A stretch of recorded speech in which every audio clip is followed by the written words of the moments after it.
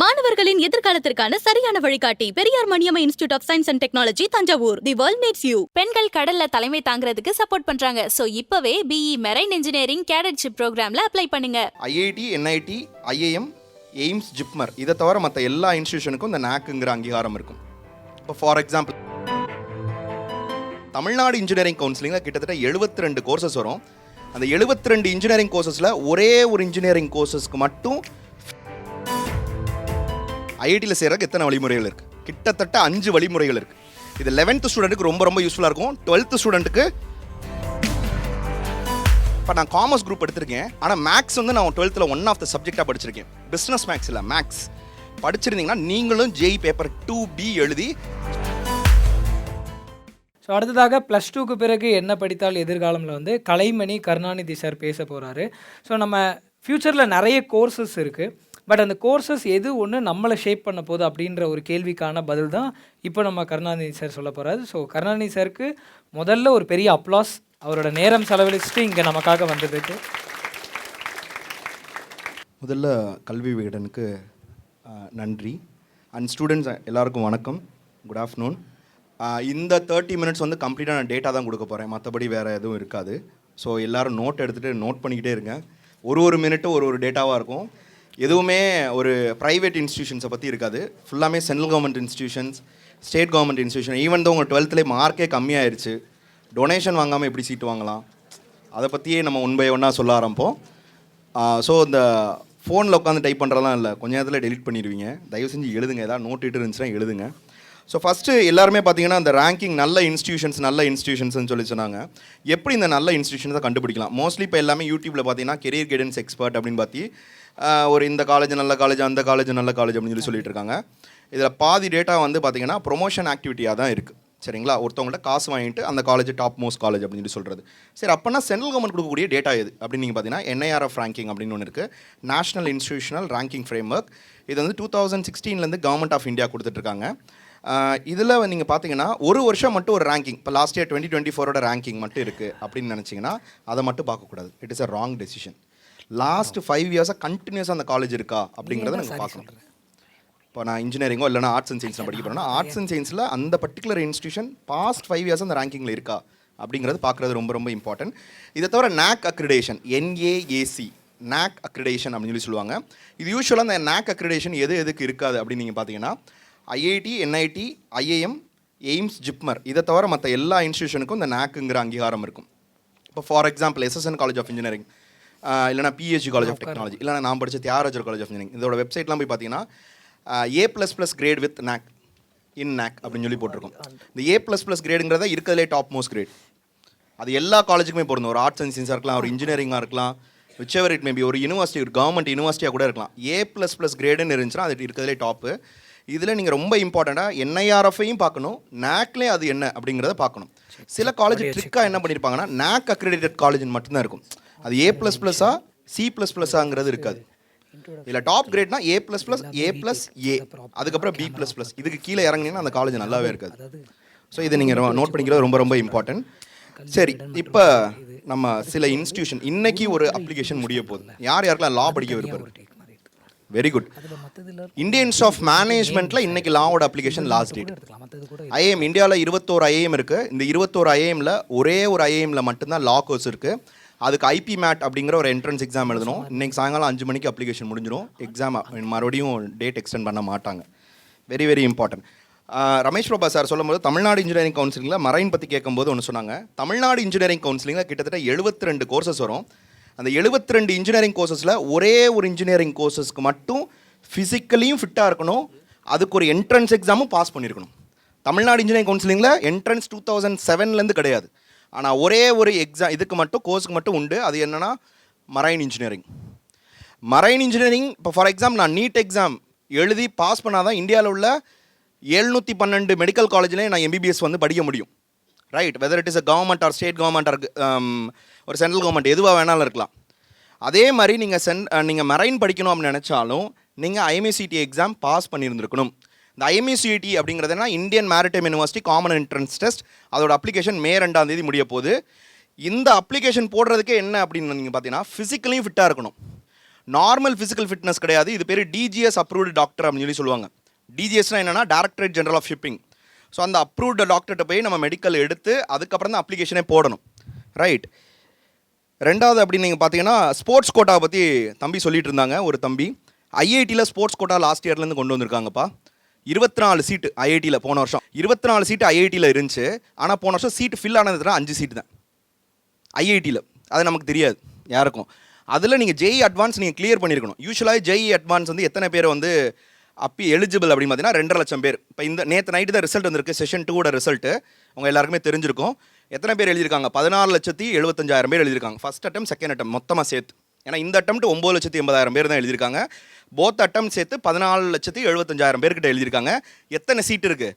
இந்தியாவில் இருக்கக்கூடிய 121 institution, IIT 21, 23, NIT 31, ஐஐஇஎஸ்டி, IIIT, GFTI மொத்தம் 121 இன்ஸ்டியூஷனுக்கு மொத்த சீட்டு எவ்வளோ இருக்குன்னா 59,937 சீட் இருக்குது. இந்த 59,937 சீட்டில் ஐஐடியில் எத்தனை சீட் இருக்குது அப்படின்னு பார்த்தீங்கன்னா 17,970. இந்த 17 யூஸ்வலாக இந்த நேற்று இந்த டேட்டா பார்க்கும்போது காலையில் இந்த டேட்டா பார்க்கும்போது ஒரு விஷயம் தெரிஞ்சு, மாற்றுத்திறனாளி மாணவர்கள் இருக்காங்கல்ல, இந்த மாற்றுத்திறனாளி மாணவர்களுக்கு ஒரு முக்கியமான ஒரு சந்தோஷமான விஷயம் சொல்கிறேன். இந்த வருஷம் ஜேஇ எக்ஸாம் எழுதியிருக்கிறது எத்தனை பேர் அப்படின்னா 3,140. இதுதான் நேற்று என்டிஏ கொடுத்த டேட்டா. ஆனால் மொத்த சீட்ஸ் மாற்றுத்திறனாளி மாணவர்களுக்கு இந்த 121 இன்ஸ்டியூஷன் எவ்வளோ இருக்குன்னா 2,875.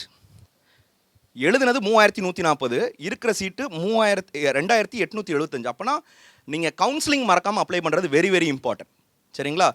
அதே மாதிரி மாணவிகளுக்கு கேர்ள்ஸ்க்கு நீங்கள் பார்த்தீங்கன்னா ஐஐடி என்ஐடி இதெல்லாம் பார்த்தீங்கன்னா 20% ரிசர்வேஷன் இருக்குது. சரிங்களா? That is very very important. அடுத்து நம்ம பார்ப்போம் டிஎன்ஏ கவுன்சிலிங்கை பொறுத்தவரை. தமிழ்நாடு இன்ஜினியரிங் கவுன்சிலிங் பற்றி சார் வந்து விலாவரியாக சொல்லிட்டாங்க. இதில் யார் யாரோட அப்பாக்கள்லாம் ஃபாரினில் இருக்காங்களோ, இப்போ எங்கள் அப்பா ஃபாரினில் தான் இருந்தார், என்னோட தம்பி ஓன் பிரதர் வந்து காலேஜ் ஆஃப் இன்ஜினியரிங் கிண்டியில் தான் படித்தான். உங்களுக்கு கோட்டா இருக்குது. நீங்கள் ஏதோ ஒரு காலேஜில் ஒரு 10 லட்சமோ 15 லட்சமோ போய் டொனேஷனாக கொடுக்குறதுக்கு அண்ணா யூனிவர்சிட்டி கிண்டியில் என்ஆர்ஐ கோட்டா இருக்குது. சரிங்களா? நான் ரெசிடென்ட் இந்தியன் அப்படிங்கிற கோட்டா இருக்குது. இதை தவிர இந்தியன் சிட்டிசன்ஸ் தவிர வேறு யாராவது ஃபாரின் சிட்டிசன்ஸ் யாராக இருந்தாலும் உங்களுக்கு தனி கோட்டா இருக்குது.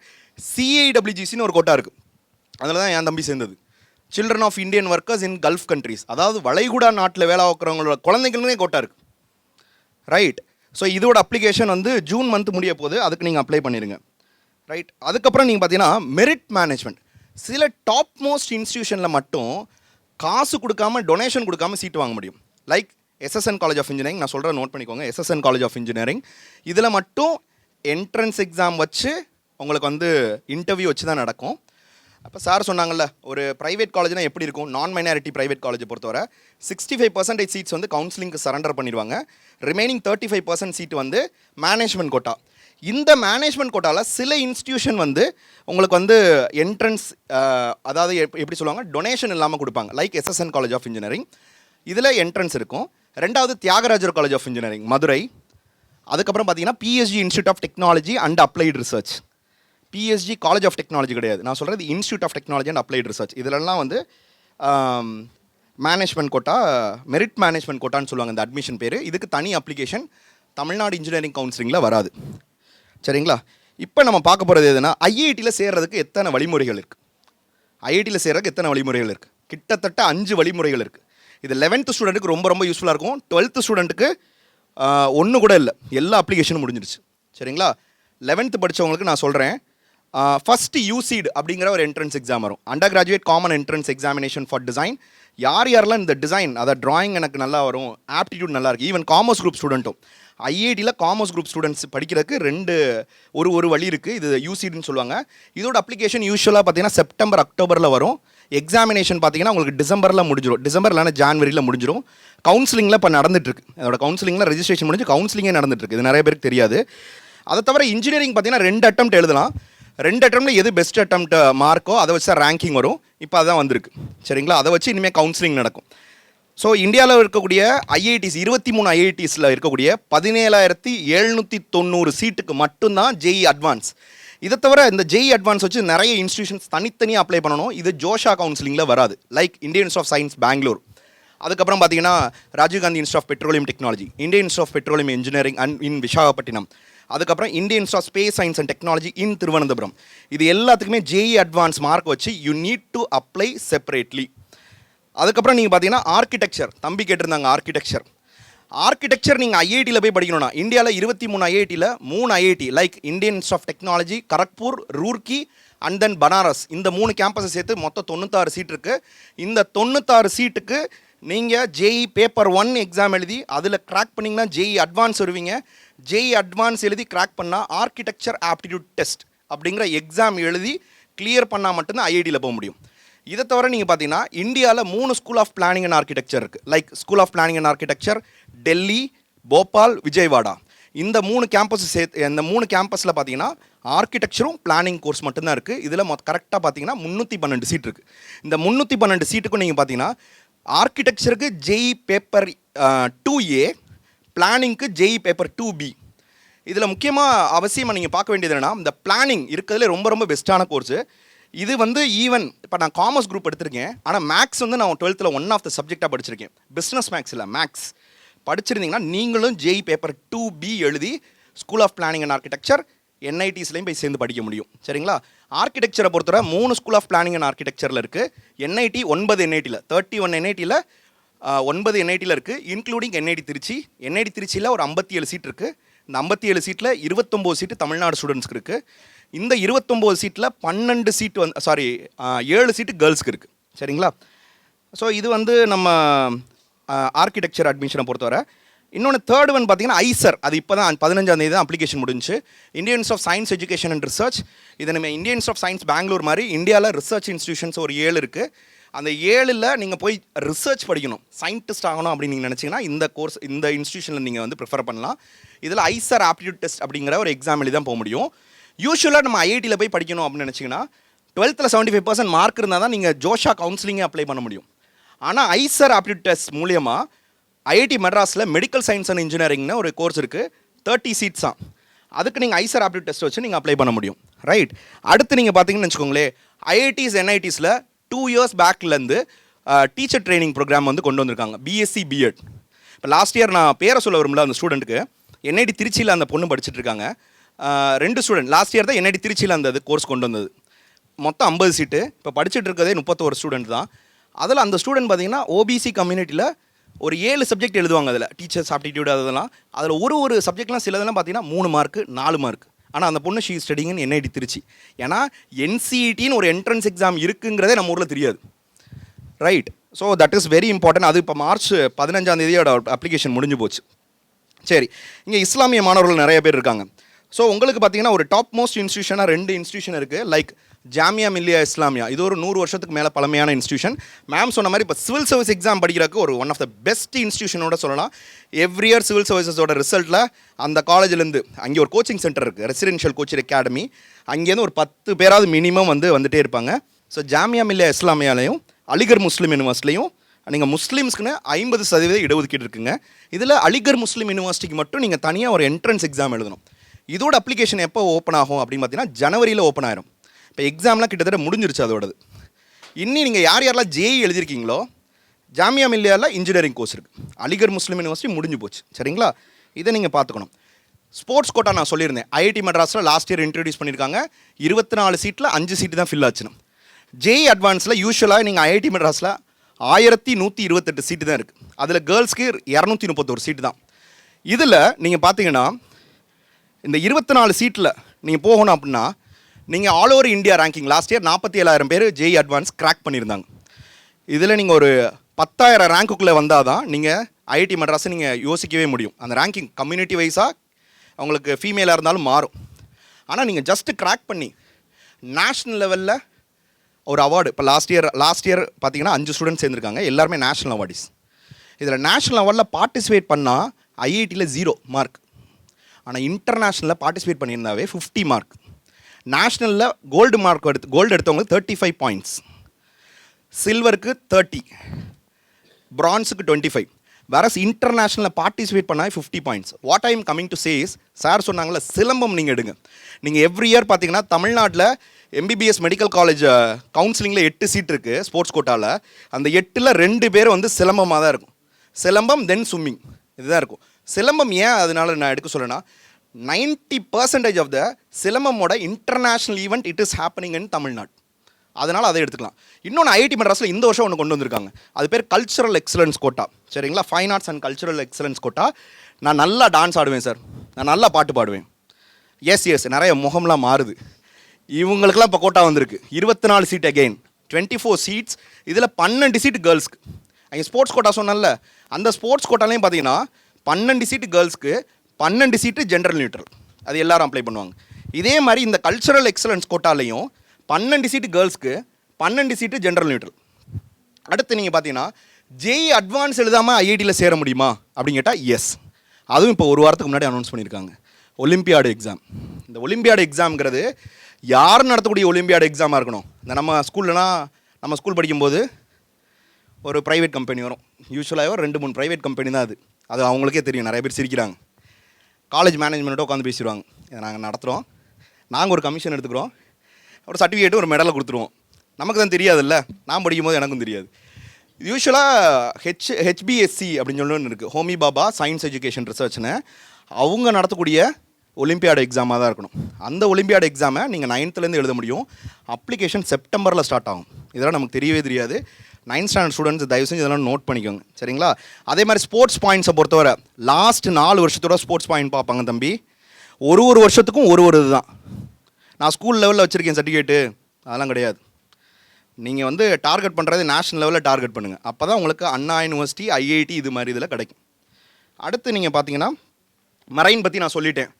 தமிழ்நாடு இன்ஜினியரிங் கவுன்சிலிங்கில் ஒரே ஒரு இன்ஜினியரிங்க்கு மட்டும் என்ட்ரன்ஸ் எக்ஸாம் பாஸ் பண்ணால் தான் அப்ளையே பண்ண முடியும் சாய்ஸ் ஃபில்லிங்கில். எது நம்ம marine engineering. And unit to be physically fit also. என்ன ஃபிட்னஸ்? டிஜிஎஸ் அப்ரூவ்ட் டாக்டரோட மெடிக்கல் ஃபிட்னஸ் சர்டிஃபிகேட் வேணும். சரி, மரைன் இன்ஜினியரிங் படிக்கிறதுக்கு கப்பலில் கேப்டனுக்கு எவ்வளோ சேலரி இருக்கும் அப்படின்னு யாருக்காவது ஒரு அனுமானிச்சு சொல்ல முடியுமா? ஏன்னா நான் கப்பலில் ஒரு 6 வருஷம் கப்பலில் தான் மரைன் இன்ஜினியராக இருந்தேன். பிரிட்டிஷ் பெட்ரோலியமில் இருந்தேன். யூஸ்வலாக எவ்வளோ லட்சம் இருக்குன்னு நினைக்கிறீங்க? 7 lakhs மந்த்லி மாதம். அதுவும் நான் ஒர்க் பண்ண top most like Shell, Chevron, BP இது மாதிரி கம்பெனிஸில். ஐஏஎஸ்சிஎஸ் கரெக்ட். ஏதோ என் என்ட்ரி பார்த்துருக்கீங்க, போய் சொல்லாதீங்க, உண்மையை சொல்லுங்கள். கல்வி விகடனில் நம்ம இன்டர்வியூ இருக்குது 2 years முன்னாடி பேசுனது, நீங்கள் அதை பார்த்துக்கோங்க, உங்களுக்கு தெரியும். யூஸ்வலாக சரி கப்பல் கேப்டன் ஆகக்கூடிய படிப்பு எத்தனை வருஷம் அப்படின்னு கேட்டிங்கன்னா 1 year தான். ஒன்லி 1 year தான். நிறைய பேருக்கு மூஞ்சியில் கை வச்சிட்டாங்க. Yes, only 1 year. அது வந்து டிகிரி 1 year கோர்ஸ். ஆனால் it is a degree course. I will tell you, note பண்ணிக்கோங்க யார் யாருக்கு வேணும் அப்படின்னா. இது யார் படிக்க முடியும் அப்படின்னு பார்த்தீங்கன்னா 12th ஃபிசிக்ஸ், கெமிஸ்ட்ரி, மேக்ஸ் எடுத்தவங்க தான் படிக்க முடியும். 12th 60% மார்க் எடுத்துருக்கணும். 12th ஓவரால் கிடையாது, ஃபிசிக்ஸ், கெமிஸ்ட்ரி, மேக்ஸ் இந்த 3ஓட அக்ரிகேட்டில் 60% மார்க் இருந்தால் யூ ஆர் எலிஜிபிள். ஃபிசிக்கலி ஃபிட்டாக இருக்கணும். நம்பர் 2, ஐஎம்இசிடி என்ட்ரன்ஸ் எக்ஸாம் எழுதணும். ஐஎம்இசிடியில் ஜஸ்ட் பாஸ் ஆகணும். எவ்வளோ எடுத்தால் பாஸ் அப்படின்னு நீங்கள் பார்த்தீங்கன்னா 200 மார்க்குக்கு ஒரு 110 120 எடுத்தால், இது எவ்ரி இயர் மாறிக்கிட்டே இருக்கும். இவ்வளோ மார்க் எடுத்தாவே நீங்கள் பாஸ் பண்ணிடலாம். Syllabus only 12th physics, chemistry, maths, English and aptitude. சரிங்களா. இதில் 12th நான் யூஸ்வலாக சொல்லியிருப்பேன், வேலை வாங்கிட்டு போய் படிக்கலாம். 12th முடிச்சோடனே வேலை வாங்கினா எப்படி இருக்கும்? அப்படி நாங்கள் நிறைய ஸ்டூடெண்ட்ஸ், கிட்டத்தட்ட 81 ஸ்டூடெண்ட் அந்த 5 வருஷத்தில் நான் சேர்த்து விட்ருக்கேன். 81 கேர்ள்ஸு வேலையோட. அது எப்படிங்கிறத நம்ம சொல்லுவோம். இப்போ 12th முடிச்சுட்டு நான் இங்கே பார்த்தோன்னே இந்த மேர்ஸ்க்குன்னு ஒன்று பார்த்தேன். மேர்ஸ்க்குங்கிறது டாப் மோஸ்ட் கம்பெனி. நீங்கள் சென்னை துறைமுகம்லாம் போய் பார்த்தீங்கன்னா உங்களுக்கு தெரியும், அந்த கண்டெய்னரோட இதெல்லாம் இருக்கும். மேர்ஸ்க்குன்னு இருக்கும். இதில் வேர்ல்டில் உள்ள டாப் மோஸ்ட் கம்பெனி அது. இந்த கம்பெனியில் வேலை கிடச்சிச்சின்னா நீங்கள் ப்ரைவேட் இன்ஸ்டியூஷனில் போய் படிக்கலாம். சரிங்களா. நான் சில இதெல்லாம் சொல்கிறேன். கேர்ள்ஸை பொறுத்தவரை 12th முடிச்சுட்டு வேலை இல்லாமல் போய் மரைன் படிக்கலாம். ஏன்னா நம்ம தமிழ்நாட்டில் எல்லாருமே பார்த்தீங்கன்னா வேலை இல்லாமல் தான் போய் படிப்பானுங்க. ஏன்னா அது தெரியாது இப்படி ஒரு விஷயம். நான் தியாகராஜர் இன்ஜினியரிங் காலேஜில் முடிச்சுட்டு மெக்கானிக்கல் முடிச்சுட்டு வேலை வாங்கிக்கிட்டு தான் நான் சமுந்திராவில் போய் படிக்க போனேன். இதெல்லாம் இந்த சிஸ்டம் விஷயம் நமக்கு தெரில. இதுக்கு நம்ம பிளேஸ்மெண்ட்டுக்கு தனித்தனி அப்ளிகேஷன் போடணும். கிட்டத்தட்ட இப்போ வர 3 அப்ளிகேஷன் முடிஞ்சு போச்சு. இன்னும் மிச்சம் நிறைய கம்பெனிஸோட அப்ளிகேஷன் இருக்குது. ஒரு கம்பெனிக்கும் எக்ஸாம் எழுதி இன்டர்வியூ அட்டன் பண்ணி போகணும். இப்போ எப்படி நம்ம ஃபைனல் இயர் படித்து முடித்தோன்னே 3rd இயர்லையோ ஃபைனல் இயர்லையோ இன்டர்வியூ அட்டன் பண்ணி எக்ஸாம் எழுதி நம்ம போகிறோம்ல, இதை வந்து அப்படி 12th முடிச்சோன்னா ரிவர்ஸாக பண்ணுவீங்க. இது வந்து மொத்தம் ஒரு 3 விஷயத்தில் நடக்கும். டிஃபென்ஸ் மேம் யூபிஎஸ்சியை பற்றி சொல்லிட்டாங்க. யூபிஎஸ்சியில் ஒரு லிமிட்டேஷன் மட்டும் இருக்குது, அதை மட்டும் நான் ஆட் பண்ண விரும்புகிறேன். காமர்ஸ் குரூப் ஸ்டூடெண்ட்டும் என்டிஏ எக்ஸாம் எழுதலாம். யூபிஎஸ்சி என்டிஏ பொறுத்தவரை காமர்ஸ் குரூப் வந்து ஆர்மியில் மட்டும்தான் சேர முடியும். வேறஸ் சயின்ஸ் குரூப் ஸ்டூடெண்ட்ஸ் வந்து நேவி அண்ட் ஏர்ஃபோர்ஸ் 2லையும் சேரலாம். அதுக்கப்புறம் நீங்கள் பார்த்தீங்கன்னா டெக்னிக்கல் இன்ஜினியரிங் சர்வீசஸ் யாரெல்லாம் ஜேஇ எக்ஸாம் எழுதிருக்கீங்களோ ஓடிஏ கயா சரிங்களா, ஓடிஏ ஆஃபீஸர்ஸ் ட்ரைனிங் அகாடமி இப்போ எப்படி நம்ம தாம்பரமில் இருக்கோ லைக்வைஸ் வந்து இட் இஸ் இன் கயா பீகாரில் ஒன்று இருக்குது. அதில் நீங்கள் இன்ஜினியரிங் சர்வீஸ் ஆஃபீஸராக நீங்கள் போய் சேரலாம் சரிங்களா. நீங்கள் வந்து நம்ம ஆர்ஆர் மாதிரி நம்ம ராஷ்ட்ரிய ரைஃபிள்ஸ் மாதிரி நீங்கள் சண்டை போடலாம் போக மாட்டீங்க. You are going to work in the army navy air force as an engineer. அடுத்து நீங்கள் பார்த்தீங்கன்னா இந்தியன் நேவல் அகாடமி கண்ணூரில் இருக்குது கேரளாவில். இதில் வெறும் இன்ஜினியரிங் கோர்சஸ். அகெயின் இங்கேயும் நீங்கள் ஜேஇ மெயின்ஸ் வச்சு அப்ளை பண்ணணும். இதோட வெப்சைட் எதில் போய் அப்ளை பண்ணணும்னா joinindiannavy.nic.in அப்படிங்கிற வெப்சைட்டில் போய் அப்ளை பண்ணணும். 12th 70% எடுத்திருந்தாவே you are eligible. அடுத்து நீங்கள் பார்த்தீங்கன்னா இப்போ நான் சொல்கிறது 2 மெடிக்கல் ரிலேட்டடாக சொல்கிறேன். ஆர்ம்டு ஃபோர்ஸஸ் மெடிக்கல் காலேஜ் அப்படின்னே ஒன்று இருக்குது புனேயில். முப்படைகளின் பயிற்சி மையம் 2 தான் இருக்குது, 2மே புனேயில் தான் இருக்குது. ஒன்று நேஷனல் டிஃபென்ஸ் அகாடமி கதக்வாஸ்லா புனே, 2வது armed forces medical college Pune சரிங்களா. இந்த ஏஎஃப்எம்சியில் பார்த்தீங்கன்னா எம்பிபிஎஸ் கோர்ஸ் இருக்குது. மொத்தம் 145 சீட்டு. அந்த 145 சீட்டில் 30 சீட்டு கேர்ள்ஸ்க்கு இருக்குது, 115 சீட்டு பாய்ஸ்க்கு இருக்குது. 5 சீட்ஸ் ஃபார் ஃபாரின் நேஷனல்ஸ். இதில் நீங்கள் நீட் ரிசல்ட் வந்ததுக்கப்புறம் mcc.nic.in அப்படிங்கிற இணையதளத்தில் போய் நீங்கள் அப்ளை பண்ணணும். அதில் ஸ்டெப் 1 நீங்கள் ரெஜிஸ்ட்ரேஷன் பண்ணும்போதே கேட்கும், do you want to apply for armed forces medical college? Yes அப்படின்னு நீங்கள் கொடுக்கணும். நீங்கள் அப்ளை பண்ணி இன்கேஸ் நீங்கள் அதில் செலக்ட் ஆகிட்டிங்கன்னா இது ஏஎஃப்எம்சி வெப்சைட்டில் உங்களோட பேர் வரும். There will be a medical interview, psychometric test இருக்கும், இங்கிலீஷ் டெஸ்ட், அதுக்கப்புறம் சைக்கோமெட்ரிக் டெஸ்ட் இருக்கும், அதுக்கப்புறம் மெடிக்கல்ஸ். ஒன்ஸ் நீங்கள் அதெல்லாம் ட்ராக் பண்ணிட்டீங்கன்னா உங்களுக்கு ஆர்மி நேவி ஏர்ஃபோர்ஸில் இந்த ஏஎஃப்எம்சியில் சீட்டு கொடுத்துருவாங்க. படித்து முடிச்சு 5 years கழிச்சு வெளியில் பாசிங் அவுட் பரேட் முடிச்சு வெளியில் இந்த நம்ம சிவகார்த்திகேயன் வருவாரில் அமரன் படத்தில் வந்தோடனே லெஃப்டினன்ட், உங்களோட பேருக்கு முன்னாடி லெஃப்டினன்ட் அப்படின்னு ஒரு ரேங்க் வந்துடும். 1 year கழிச்சு கேப்டன். இப்போ நீங்கள் பார்த்துருப்பீங்க, கங்க்ராட்ஸ் லெஃப்டினன்ட் முகுந்த் அப்படின்னு சாய் பல்லவி சொல்லுவாங்க. கரெக்டாக 1 year கழிச்சு இன்னொரு ஸ்டார் வந்திருக்கும், கேப்டன் முகுந்த். அதுக்கப்புறம் அன்னையிலேருந்து ஒரு 3 years கழிச்சு மேஜர் முகுந்த். மேஜர் முகுந்த் அவரோட ஷோல்டரில் ஆப்லெட்டில் என்ன ரேங்க் இருக்கும்? 3 ஸ்டார் இருக்குமா? என்ன இருக்கும்? ஸ்டார் இருக்குமா மேஜருக்கு? நம்ம இந்தியன் நேஷ்னல் எம்ப்ளம் தானமா இருக்கும், லயனோட எம்ப்ளம். அது யாருக்கு இருக்கும் இந்த ஷோல்டரில்? ஐபிஎஸ் ஆஃபீஸர்ஸ் இருக்கும். நீங்கள் போய் பாருங்கள், இனிமேல் ஐபிஎஸ் ஆஃபீஸர்ஸ் கட்டாயம் இங்கே இருக்கும். So you are going to become equivalent to IPS officers. So அதனால் இதெல்லாம் மறக்காமல் நீங்கள் இது பண்ணிக்கோங்க. இதில் இன்னொன்று அடிஷ்னல் ஆர்ம்டு ஃபோர்ஸஸை பொறுத்தவரை நீங்கள் போனீங்கன்னா லெஃப்டினன்ட் டாக்டர் அப்படின்னு வரும் சரிங்களா. நெக்ஸ்ட் நீட் எக்ஸாம் வச்சு கேர்ள்ஸ்க்குனே ஒரு எக்ஸலண்ட்டான ஆப்பர்ச்சுனிட்டி சொல்கிறேன், மிலிட்ரி நர்சிங் சர்வீசஸ். இது முழுக்க பெண்களுக்கான சிறப்பு படை, ஆர்மி நேவி ஏர்ஃபோர்ஸில் இருக்கக்கூடிய பெண்களுக்கான சிறப்பு படை. இதில் நீட் ரிசல்ட் வந்ததுக்கப்புறம் நீங்கள் தனியாக அப்ளை பண்ணணும்.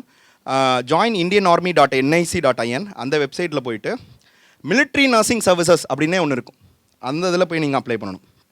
2வது என்னோடய ஃபீல்டை சொன்னேன், மரைன் ஃபீல்டை. இதில் நாட்டிக்கல் சயின்ஸ்னு ஒன்று இருக்குது, மரைன் இன்ஜினியரிங்னு ஒன்று இருக்குது. நாட்டிக்கல் சயின்ஸுங்கிறது it is nothing but navigating the ship சரிங்களா.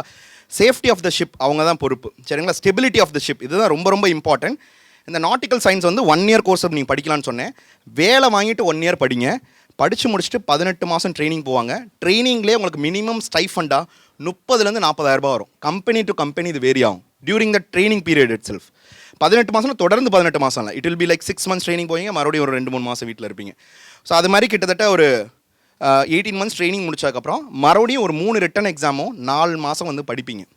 ஒன்ஸ் என்னைக்கு இது படித்து முடிச்சுட்டு செகண்ட் மேட் எக்ஸாம் அப்படின்னு சொல்லுவாங்க, செகண்ட் மேட் எஃப்ஜி எக்ஸாம். இது நம்ம எம்எம்டி சென்னை நம்ம கலெக்டரேட் ஆப்போசிட்டில் இருக்குது, மர்கன்டைல் மரைன் டிபார்ட்மெண்ட்னு அம்பேத்கர் சிலை கூட உள்ளே இருக்கும்.